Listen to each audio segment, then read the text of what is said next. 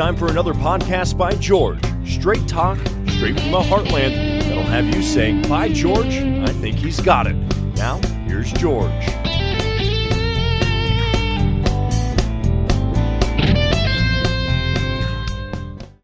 Hello, hi, how are you? And welcome to another podcast by George. Well, has been following the politics of the land lately? Are you feeling a little bit queasy? Whenever it gets like that for me, I think to myself, I gotta get a house call. I gotta call the doctor, Dr. Stephen W. Schmidt from Iowa State University, and get the lowdown, get back in the mainstream on the political scene, because I have a tendency to get off the rails once in a while, as you probably know, and the doc is good enough to bring us back on. Just as by way of explanation again, to explain who Dr. Stephen W. Schmidt is, he's the Lucan Endowed Professor of Political Science at Iowa State University, and he's the co-author of a book that's used in many, if not most, of the American classrooms in colleges. He's co-author of the college textbook, American Government and Politics Today, and I think it's in its 20th edition currently. So he's more than qualified to be on a podcast by George, and we're just delighted to have him. So, Doc, let's bring you on here. First of all, tell everybody how you're doing, and tell everybody what's top of mind. I've been thinking about these third political debates, but we've had a lot of political news here lately in the last week or so, and it seems like it's getting crazier by the minute.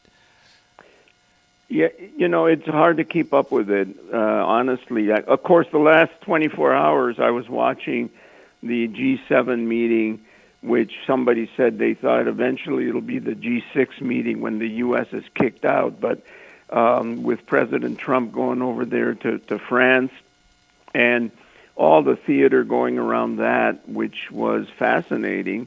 And of course, the thing that the news story, the top of the news was that President Trump said, well, maybe I made some mistakes with trade with China, as he calls it. So the Chinese trade thing, all of a sudden, he seemed to be saying, maybe I did some things wrong. And then his press secretary, who has never had a press conference, she said, no, what he meant was he should have had even tougher tariffs. And then suddenly, within a few hours, there's a phone call of some sort from China, and they want to restart the negotiations and talk some more. And so this morning, the stock market, which is the dumbest indicator of anything in the world, jumps up, because in the last hour, President Trump says that, we're gonna get this thing fixed with China.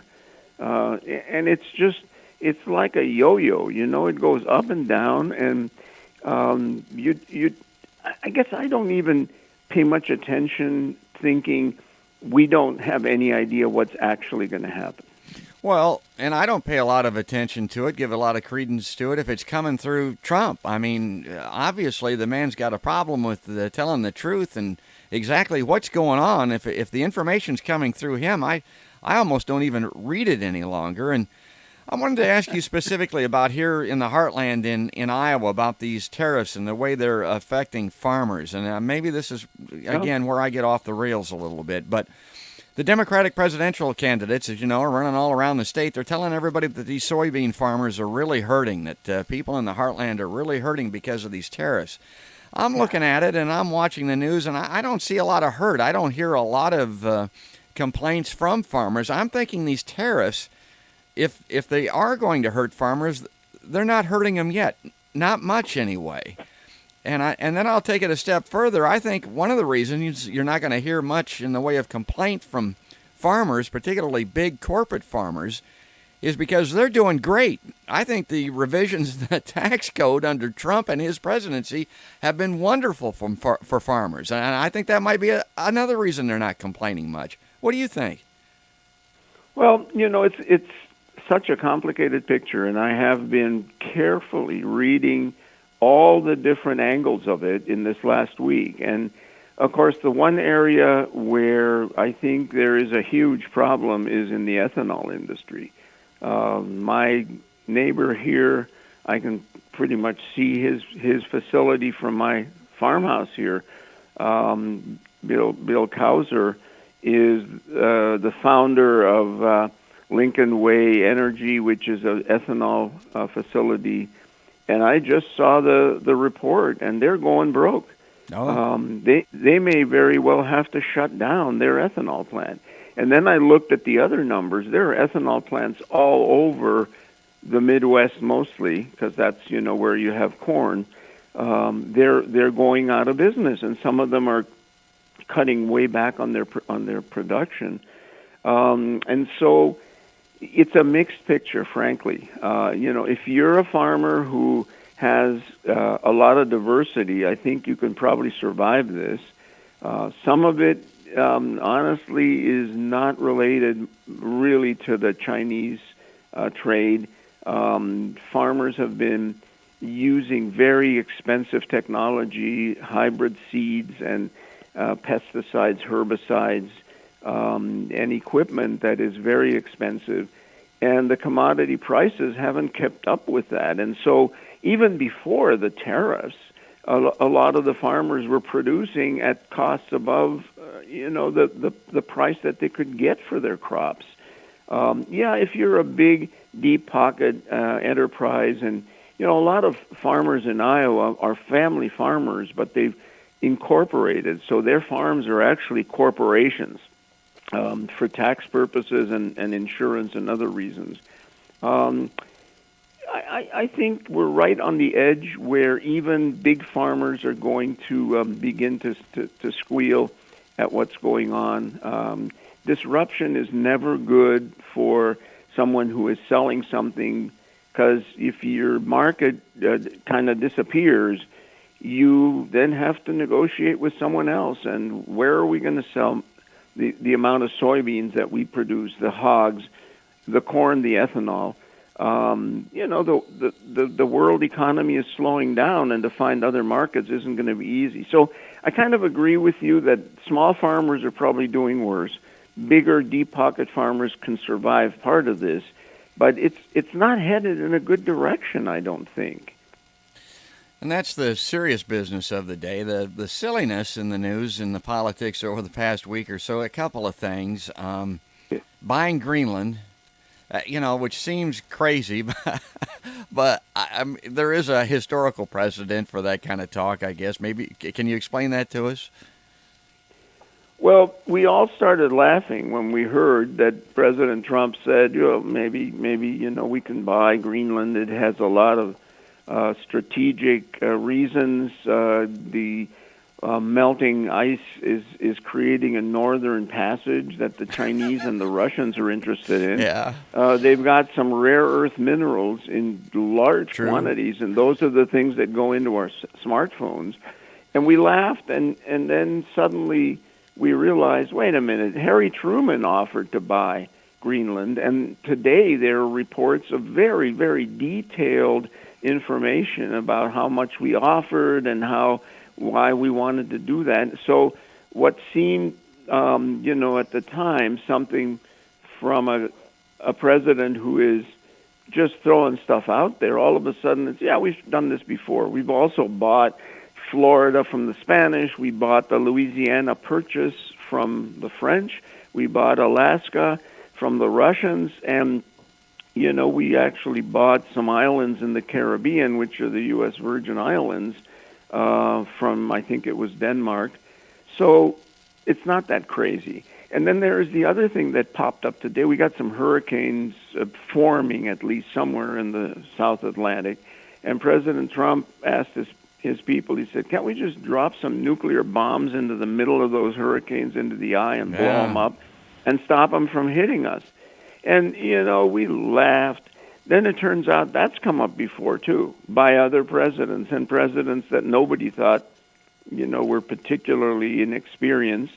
The answer was always no, mostly because it's not clear, number one, that a nuclear explosion in the eye of a hurricane will actually stop it. And secondly, there's a lot of nuclear material that's going to come flowing over here. So It'd be like you don't want to. You don't want to do that. My point. It's what's worse? A bunch of a nuclear cloud showing up in New Orleans or a hurricane? Yeah. I'm not sure. But the point is that a lot of the things that President Trump throws out there seem, the way he does it, they seem sort of off the cliff somewhere. And then right away, somebody digs into it and they go, well, this has been talked about before. So, I just watch the news fairly passively now, and I go, well, let's see what the follow-up is to this, because you never know what the next phase is. Well, what do you make of his other comment last week? Got a lot of news coverage, probably much more than it should have, where he said he was the chosen one. That remark that he made, and immediately left-wing media is filled with psychiatrists going on the air telling people that the man's insane. I mean, he should be removed from office on that basis. I look at it and I think he's just jacking with us. What do you think? I think almost everything that he does is to throw people off balance, and certainly that's what he's doing with the Chinese. I mean, and it could be, who knows, that in 6 months, the way that he's negotiated with the Chinese, threatening them and talking about all this stuff, actually will work to get them to the table to sit down and try to change some of the unfair practices that they've engaged in. So, he is the chosen one, isn't he? I mean, he got elected president. Yeah, if you look. I mean, God surely knows what he's saying. Yeah, I don't know.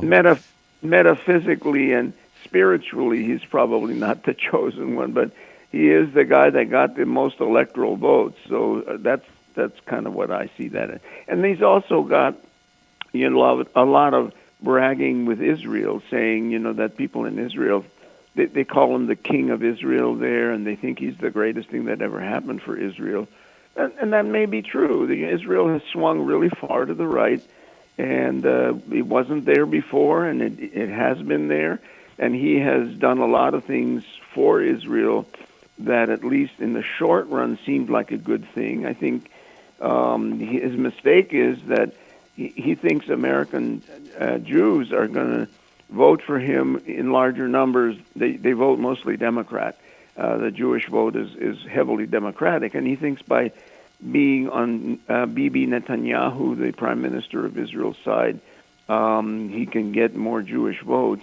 The analysis is that a lot of American Jewish voters are not really very conservative, and so they're not Zionists, which means that they don't necessarily like what's going on between Israel and the Palestinians and all this. So that whole thing is a tempest in a whole nother teacup that, again, I have a headache just trying to keep up with these things. Yeah, me too. And want to shift gears here a little bit because our time is always limited with the doc, but I wanted to talk about this third presidential debate. Now, just to give the background, I'll read this off of the Vox, VOX, not Fox, Vox website. The third debate scheduled for September 12th, potentially September 13th. It could be one night or two nights, depending on how many candidates qualify for it. And to qualify, they've got to get like 130,000 people that support them, and they've got to hit 2% or more in 4 polls released between June 28th and August 28th. Now, they can be either national polls or early state polls of Iowa, New Hampshire, Nevada, or South Carolina. Then the polls have got to be conducted by one of the organizations, CNN, Fox News, CBS, ABC, NBC, the New York Times, the Washington Post, USA Today, that kind of the mainline, well-known. Even the Des Moines Register is in there. And the threshold for the donations that I mentioned, it's $130,000, 130,000 different people, individual donors, and they must have at least 400 donors each in at least 20 different states. So here's the list. Here are the people that have qualified thus far. Joe Biden, Bernie Sanders, Elizabeth Warren, Kamala Harris, Pete Buttigieg, Beto O'Rourke, Cory Booker, Amy Klobuchar, Andrew Yang, and Julian Castro. Now, there are 2 people that are kind of on the cusp of it that look like, right now anyway, and there's just a couple of days to go, unless they can get another poll that they need, they won't make it. Billionaire Tom Steyer, the guy with all the money, believe it or not, you may not get in that debate, and he needs to get in there. And Tulsi Gabbard, who I think very highly of and has spoken very highly of, hopes to get in there too. It's going to be down in Houston. It's going to be on ABC. And Doc, here's my thing that I've been telling folks. I will be severely disappointed if Tulsi doesn't make it. But don't confuse this not making the debate, and you've pointed this out, with an end of a candidacy. It doesn't mean that your candidacy is over with. It just means you didn't make the debate, right? Yeah, you're absolutely right. And, now you're getting a lot of free publicity with millions of people who watch those debates. And so that's, you're losing out on your marketing there. But if you've got enough funds to keep moving forward and keep campaigning and, when, putting up yard signs, I don't know, they don't do many yard signs anymore, but bumper stickers and social media, you can keep chugging along. On the other hand, if you haven't at this point, gotten enough traction to meet those standards that you just mentioned, I was going to ask you to read over again what the qualifications are, but we'd be out of time yeah, if you no did kidding. that. And we'd be out of time for 2 shows, actually, or 2 podcasts. But, they can keep going.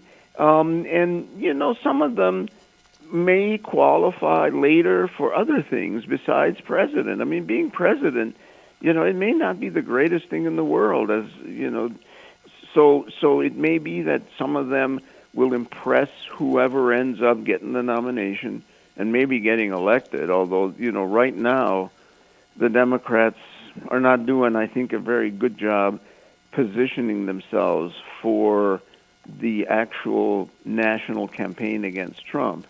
But, if that happens, some of them, and Tulsi Gabbard may be one, can be members of the cabinet, they can be ambassadors, they can be White House staff for a president. And so don't give up on them. And I think a lot of them are going to continue to campaign. Steyer is an outsider, he's not known to the Democrats. He hasn't been, a candidate for anything before. So no wonder, I think people are kind of a little bit skeptical right now of billionaires. And you know why. Well, yeah. Yep. And I wanted to mention the people that have kind of, their candidacies have ended. Hickenlooper's out, Moulton's out, and Inslee's out. And I kind of think it's a shame that Inslee's out because of his, his perspective on climate change, which I think is all important. And the Tulsi Gabbard candidacy, I really like. I mean, I just got to tell people, I just look at what she says and does, and there's nothing that she's about that I don't like. And the other part about it is she's active military. She's over serving in, the Middle East someplace right now. She's with the National Guard. Right now. Yeah, in Hawaii. That's right. That's right. She is. Yep. I think that's that's a big advantage, I think. In some ways, remember Joni Ernst? I mean, I think the fact that she was active military really helped her a lot with a lot of people who said you're not just talking, you're actually walking the walk. So I understand. I feel sorry for you that your candidate isn't up there in the top 3 or 4. But just keep pushing her. And then before we go, I wanted, because you're commentating, you're making these observations nationwide, and you've been on television all around the world. Are we looking at the race the same way here in Iowa that most of the country is? Do you think that our issues and perspectives are pretty much in line with the way everyone's looking at it, or is it kind of parochial here in Iowa at this point? I think we are right on the money. I mean, I think certainly agriculture is a little more an issue that candidates have to talk about when they're in Iowa or some of the other farm states. But other than that, look at how well Iowa's done. And the caucuses have chosen either first, second, or third place since the 1970s. Someone who ended up getting the nomination, and a few of them got actually then elected. So in both parties. So, Iowa, I think Iowa caucus goers are they're serious. They look at all the issues. They know that Iowa isn't, if you just run on Iowa issues, you're not going to be able to do well in New Hampshire and South Carolina and Nevada. And then now this year around, Texas and California, who have primaries that come up really fast right after the Iowa caucuses. So you can't be a candidate that sells themselves just to Iowa. And the main reason is, as you kind of mentioned, I mean, not just myself, but the entire world media is looking at Iowa and is reporting it to other people. And all of the American media is going to Iowa, coming to Iowa, talking to people, and reporting it back in their home states. And so Iowa is like a megaphone for candidates for all over the country, and not just Iowa. And I think that's really great. I'm proud of being an Iowan, and I'm proud of how Iowans approach this. No, that's great. That's well said. Before we leave, I mentioned that I go off the rails once in a while, and I can do that because I don't have a reputation. I'm just a guy with a podcast. I'm not a learned individual like you. I'm not nearly as educated. I'm going to put forth a hypothesis. And I want you to tell me, and don't be afraid that I'm nuts, but here's the way that I see this thing happening. This is the way it looks right now to me in the Democratic Party. I think the Central Committee, the DNC, wanted to have a central candidate. They would like to have somebody from the mainstream. They'd like to have Joe Biden, a Kamala Harris. They'd really like to have a woman in particular become the first U.S. president. They got taken away from that in 2016, and the person that took it, they think, maybe wrongfully so, rightfully so, is our friend Bernie. So here's what I'm looking at. Here's what I think is going to happen. I think those mainstream candidates for the Democrats are going to fall by the wayside. This progressive left-wing push is going to continue, and they'll look at it and say, okay, Bernie's not a Democrat. You and I have talked about this before. He becomes right. He becomes a Democrat to run for president, but he's actually an independent in the Senate, and he's a Democratic socialist, and those are different things. The person that's a candidate that can satisfy the progressive longing in the Democratic Party is Elizabeth Warren. She's a woman. She endorsed Hillary in 2016. That's big in the inside political game. She's in the fold. I don't know if she drank the Kool-Aid, but she joined arms with the DNC in 2016, and they got long memories. They don't forget that. So I'm looking at this point, and I'm thinking because of that, she's your candidate for the Democratic Party in 2020. I'll make that prediction. I'll also predict, because of the Bernie supporters who also are very sour on the other side of the spectrum about 2016, that feel they got screwed out of it by the Democrats, they will not support any Democratic candidate except Bernie. The Bernie or bust movement is more robust, stronger than it's ever been before, and I think when it comes to the end analysis there, with Elizabeth Warren running in the Democratic Party, they won't support her. And if they don't support her, the Democrats don't win. Donald Trump gets reelected. Am I nuts? Not at all. I mean, I think, you have hit the nail on the head with the division in the party, the bitterness from 2016 with Bernie and Hillary, and that lasts for a long time. And also, I would add that Elizabeth Warren is too far to the left for a lot of people, a lot of Democrats even, and I think that can hurt as well. So I think, yes, if they want a woman, she's probably the one that's on course to get the most support. I want to see what happens in California, because Kamala Harris is from California, and California has a huge number of delegates to the Democratic Convention. And so she could, do really well coming out of California and slow down, let's say, Elizabeth Warren's, she ranking up there. And Bernie Sanders, for all that people kind of like him and he's got good poll numbers, boy, he sure has not campaigned very well. So I think the people who want to support who want to support Joe Biden are disappointed in him they're still kind of saying, well, he's the guy who can probably attract more independents and go after Donald Trump. But I don't think he can stand up to Donald Trump in debates. And so there's a huge crisis, I think, in the Democratic Party in terms of all that. But you're right. You're not off the rails at all, for once. For once. Well, that's great, Doc. I appreciate you playing along with us here again on the podcast. It's always great to hear from you. One last thing. You may not have seen this because this is in the weeds quite a bit, but did you have a chance to read the it was on Slate, their website, about the New York Times town hall that they had with their reporters, and they talked about Russiagate and said they were just a little bit flat-footed. They got caught a little bit flat-footed in their Russiagate coverage. And to my reading of it, it was basically an admittance that they got it wrong, that Russiagate was an empty vessel. Yeah. You know, it was surprising, if not shocking, to see that some of what the Republicans have been saying seemed to come up in that, which is, you know, that the sources were unreliable, that there was a lot of question as to, you know, who really had good information, and it was reported as the gospel truth. That's actually pretty tough for a publication like the New York Times, which prides itself on being very objective and you know, always telling the truth. I think they took a hit on that, frankly.